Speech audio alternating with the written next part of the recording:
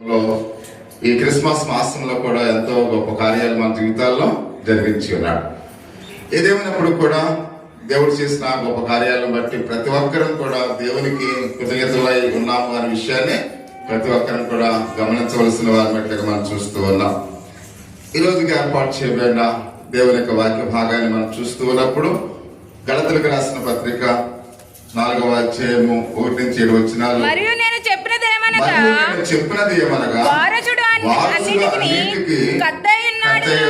బాలుడై ఉన్నంత కాలము అతనికి దాసునికి ఏ భేదమును లేదు. తండ్రి చేత నిర్ణయింపబడిన దినము వచ్చు వరకు అతడు సంరక్షకుల యొక్కయు గృహ నిర్వాహకుల యొక్కయు ఆధీనంలో ఉండెను. అటువలే మనమును బాలురమై ఉన్నప్పుడు లోక సంబంధమైన మూలపాఠములకు లోబడి దాసుడై ఉంటిమి. అయితే కాలము పరిపూర్ణమైనప్పుడు దేవుడు తన కుమారుని పంపెను.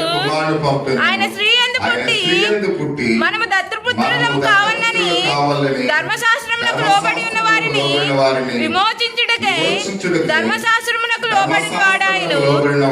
మరియు మీరు కుమారులై ఉన్నందున నాయనా తండ్రి మొరపెట్టు తన కుమారుని ఆత్మను దేవుడు మన హృదయంలోనికి పంపెను.